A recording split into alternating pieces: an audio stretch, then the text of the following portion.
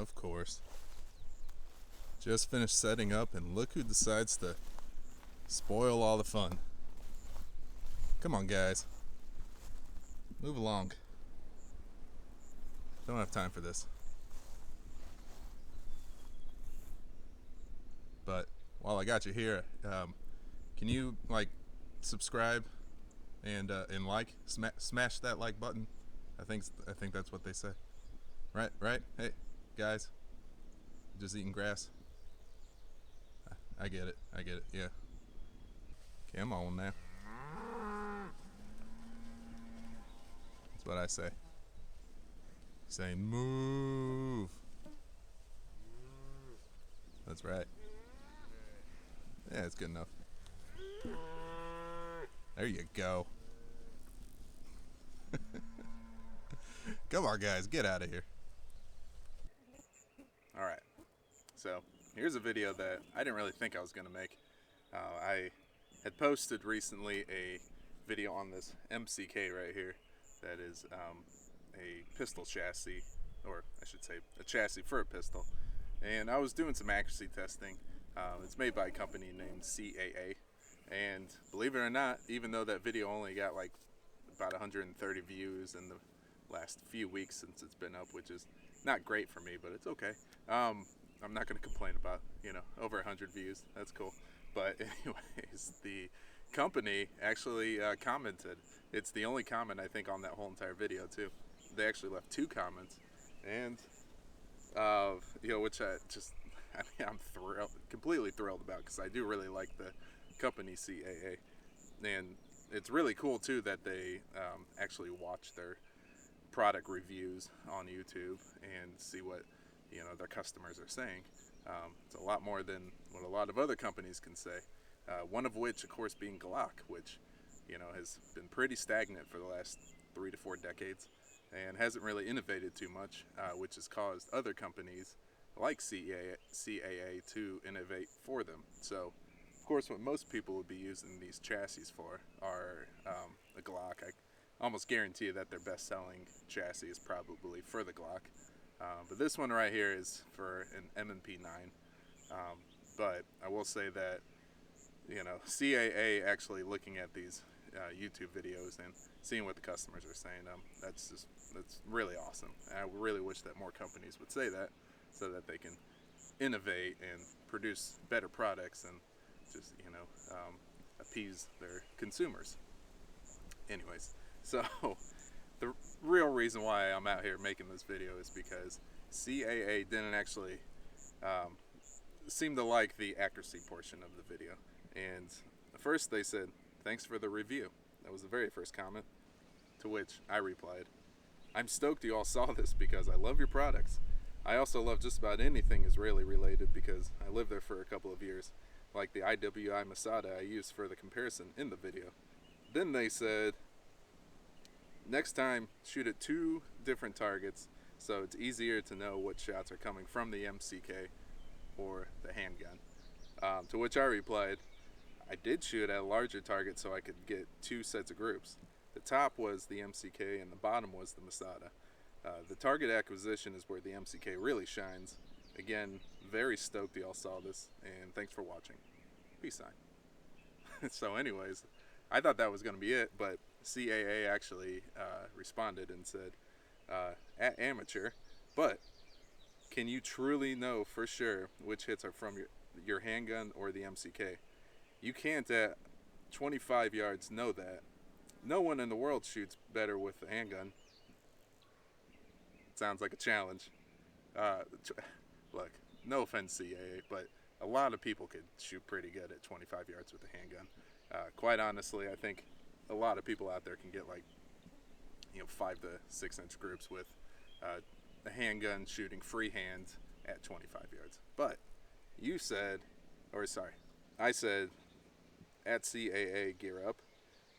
I mean, I'm flattered, LOL, but I think you can see 2 distinctive groups in the video.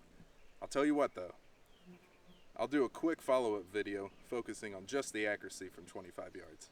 Stay tuned or subscribe. I'll try to post the video in the next few weeks. So So that brings us out to today. We are here at 25 yards. I've got the CAA MCK against the Masada, and we're just going to do a really quick accuracy comparison with a true accuracy test from the bench, or from a rest, I'll say. And we're going to be using is this CCI? Yeah, CCI Blazer brass ammunition in both of the firearms. And we're just going to do 11 shots. It just so happened I had 22 rounds left after I sighted it in. And by the way, I sighted it in very precisely, so it should be a lot better than last time. Let me go ahead and do a quick close-up too, so you guys can see what I'm working with. So this is just the gray model of the MCK Gen 1. And it's just got a UTG T-dot right here, which I like a lot. It seems to be holding zero pretty decently. But for backup, you got some blue, flip up sights. Obviously, there's a blue, gray, and black theme going on. So yeah.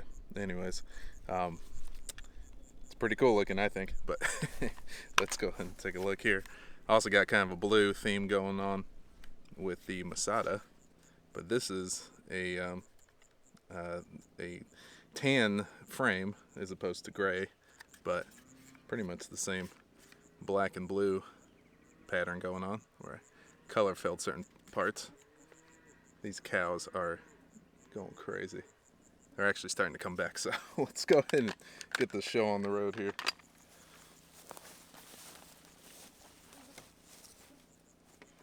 Alrighty.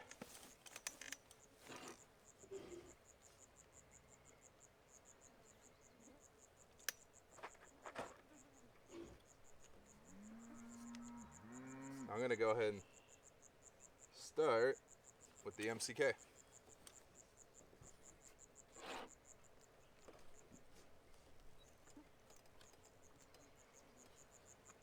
Definitely don't want to put your fingers in front of the muzzle. That goes without saying. I'm going to say it anyways. But yeah, I think right here, there's pretty good stability. My fingers are not in front of the muzzle.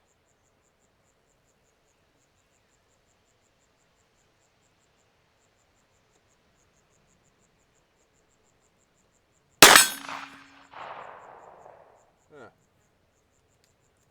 Shooting right all of a sudden.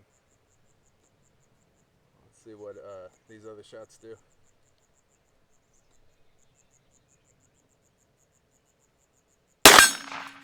Ooh, what's going on? I swear I was just, when I was just sighting in, I was getting really small groups.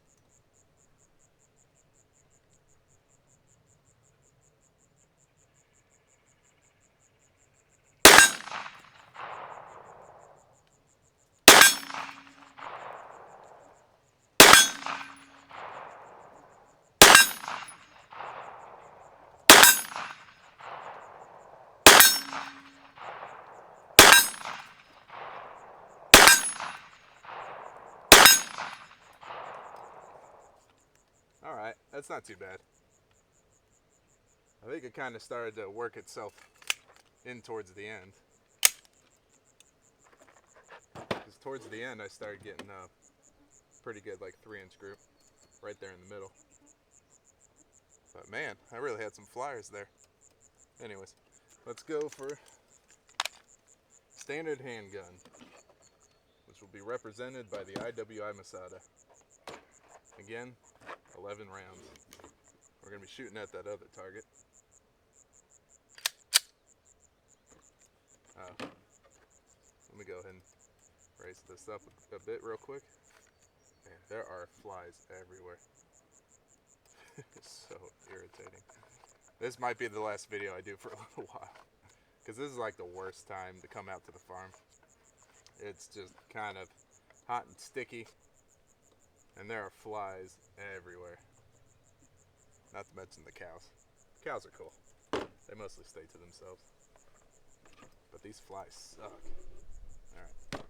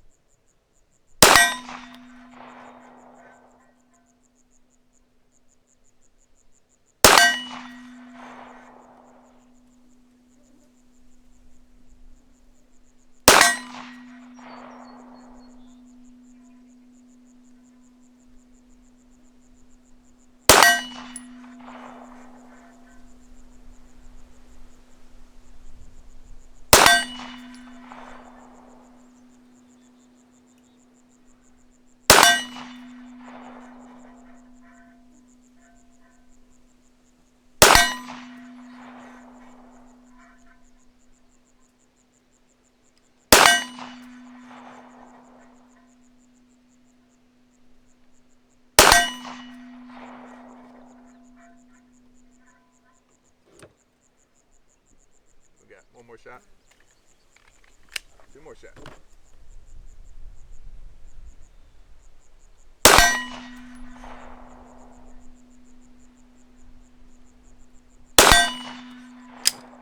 All right. The definitive test. No, I'm just kidding. It's not exactly the definitive test, but I don't know if you guys can see from right here, but I'm getting a much better group with this right here. So let's go take a look. Well, here we go. MCK IWI Masada. I think it's pretty clear that the IWI Masada, I mean, of course it is a very accurate pistol, just as it is. I'd say this is actually probably one of the more accurate striker fire pistols on the market. So clearly you can see right here at 25 yards, I mean that's, you know, except for one flyer right here, you've got about 10 shots all within a like 3-inch grip, 25 yards. And then over here, I mean, this isn't bad at all. This is, when I was sighting in, I ran about 20 rounds through this before starting the video, and I was getting about this group right here. But then as you just saw, that first shot was over here, and then the second, third, fourth, and fifth shot, I think were like right here, and then it just kind of worked itself down right here. So, not exactly sure what's going on with that, but once it did kind of get through those first, 5 shots, the second 5 shots, 5 or 6 or whatever, were also about a 3-inch group. So, as far as accuracy goes, I mean, I don't know if it improves it or if it takes away from the accuracy, as far as, the chassis, but I don't really think that it messes with accuracy so badly that, it's going to be like a bad idea to put your pistol inside one of these MCKs. Obviously something like target acquisition, follow-up shots, capacity, given that you have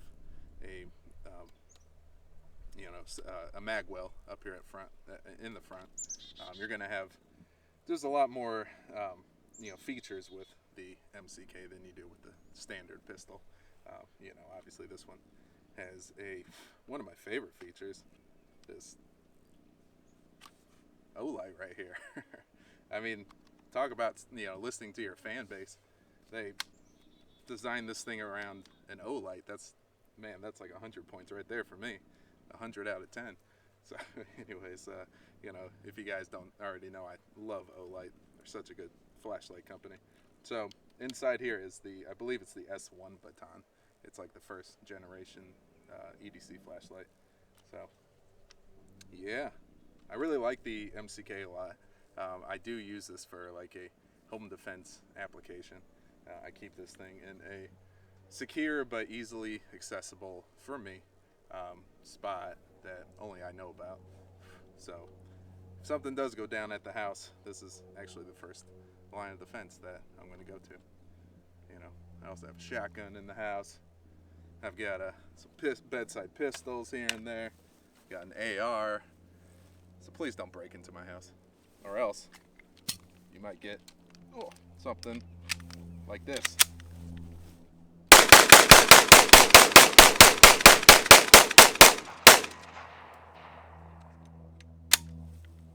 Sorry, that was kind of douchey, I know, but it works great. I was having a little bit of an issue pulling this magazine out because I just have to redo this mag well right here after I was done doing the video. I think I kind of messed with that mag well a little bit too much. The Gen 1 has these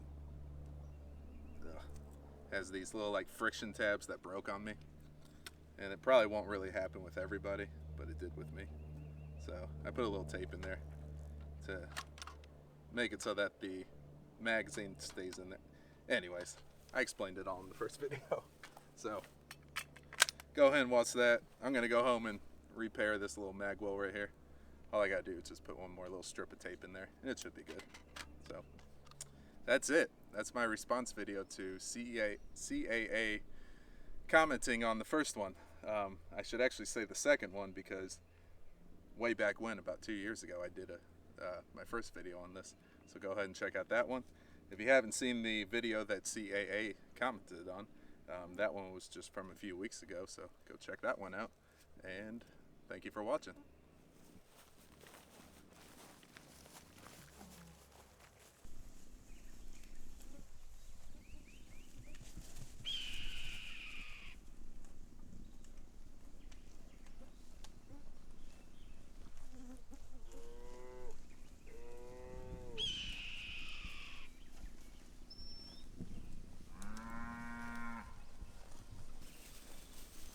Just because you two are cute doesn't mean you can stick around.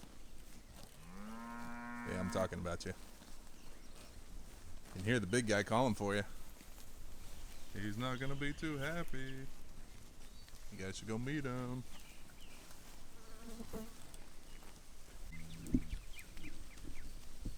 Yeah! Works every time. Oh, don't be so mad.